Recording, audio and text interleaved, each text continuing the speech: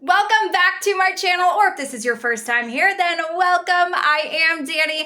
I have lost 89 pounds living a whole food, plant-based, nutritarian lifestyle, and this week is Thanksgiving. I'm so excited to bring you into my kitchen to show you what I'm gonna make for Thanksgiving, keeping it healthy as always. A lot of people always ask me, what do I eat during the holiday season? Last year, I went completely bonkers and I made a healthy alternative to everything and it was super overwhelming. So this year, I'm keeping it very simple. I am making a couple things today. I'm going to freeze these things and then I'm going to make a couple things on the morning of Thanksgiving, but I'm not going overboard and I'm going to take you with me through the whole process. Today, we are making lentil loaf and pumpkin pie bites, which are my absolute favorite. I love pumpkin pie. I love pumpkin everything. And this is a total pumpkin pie dupe. You know how some people are like, you can have mashed cauliflower and that's kind of the same thing as mashed potatoes and you're like, homegirl, those are two different things. They don't even taste the same. This is not that, okay? This tastes just like pumpkin pie and you're gonna love it. And it doesn't have processed sugars or any of the unhealthy junk that you don't want. So let's get to it.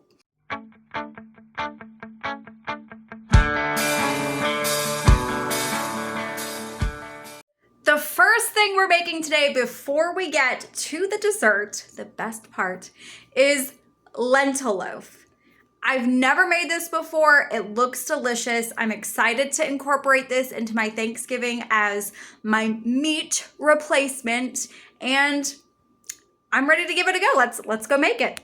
In a skillet, you are going to prepare 1 large chopped onion, 4 cloves of minced garlic, 2 portobello mushrooms. My grocery store was out of portobellos, so I just used the regular kind and it worked fine.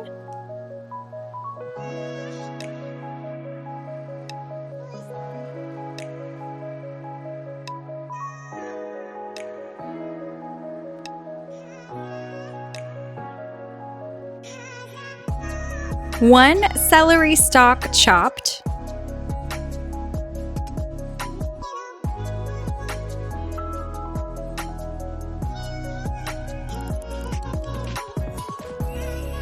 1 or 2 large carrots chopped,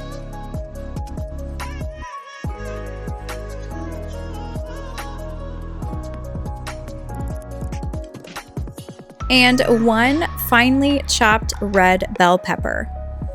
Now you're going to cook this in a skillet until the mushrooms soften and the onions become translucent.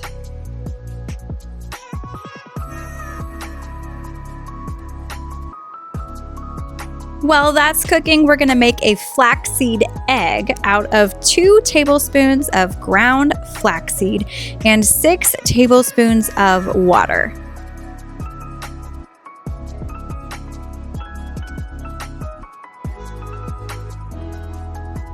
You're going to stir that around until it's nice and blended, and then you're going to set that aside for about 5 minutes. This is going to be an egg replacement and part of the binding that holds the loaf together. We're going to go back to the skillet and check on our veggies. Once the onions are translucent and the mushrooms are cooked down a little, you are going to add 4 tablespoons of tomato paste and 1 tablespoon of Brad's liquid aminos to this. Then you're going to stir that in and mix it around, and you're going to add your seasoning. You can choose whatever kind of seasoning you prefer.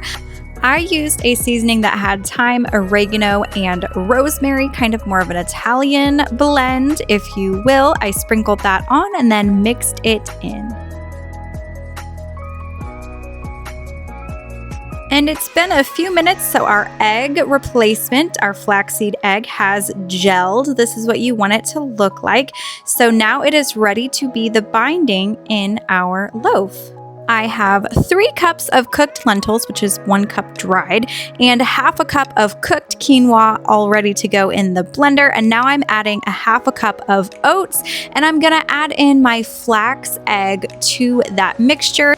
And if I'm being honest, this would mix much better in a food processor. However, I don't have one, so I added my mix to my blender, and it didn't blend as good as I wanted it to, but it did enough. But if you have a food processor, I would use that instead, because as you can see, it could have been cut up a lot more fine than it was in the blender. I didn't want to over blend it, so I went with a little bit of larger chunks than I would have liked instead of having mush, but I think that this will still taste incredible.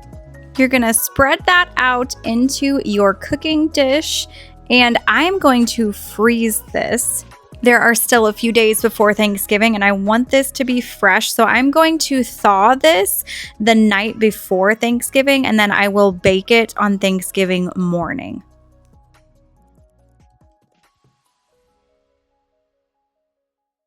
So there you have it. This is how you make a lentil loaf. I'm actually going to freeze this because Thanksgiving is almost a week away. So I will put the directions on the screen for how to cook this when it's been frozen. And I'll also include how you cook it if you are not freezing it as well. So I will post that right here. And now it's time for my favorite part, time to make the pumpkin pie bites. You could actually make this as a full pumpkin pie. You would make it the exact same way. I'm just doing it in little individual bite-sized portions. That's the way I want to do it. You are welcome to make a full-size pumpkin pie if that is your jam. You're going to take 10 pitted medjool dates and 1 cup of pecans and put that in a high-speed blender until you get a mix that looks like this. This is going to be your crust, so set that aside for a second and let's make the filling. You're going to take 1 cup of soaked raw cashews. You want to make sure you soak them so they're nice and soft and they'll get creamy whenever you blend them.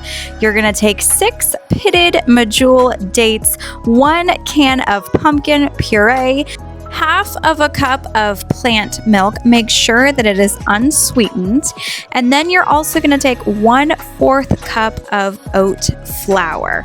If you don't have oat flour, you can literally just take oats and blend them until they are fine. For the spices, I prefer 1/2 tablespoon of pumpkin pie spice and 1/2 tablespoon of Ceylon cinnamon, but I like the cinnamon flavor. So if you want more clove, go heavier on the pumpkin pie spice.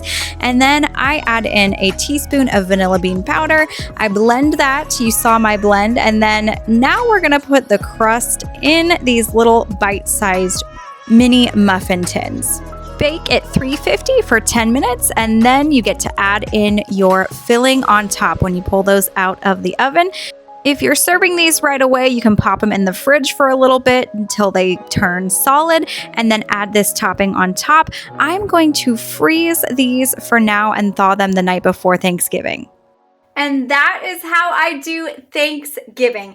This is the pre-cooking. I'm going to cook these and freeze them. I'm going to also take you along on Thanksgiving morning. That will be another separate video on Thanksgiving Day where I show you how the whole holiday unfolds on the day of. But I wanted to give you guys recipes ahead of time so that if you want to make these for Thanksgiving, you can do that as well. I will see you in the next video. Love you, bye.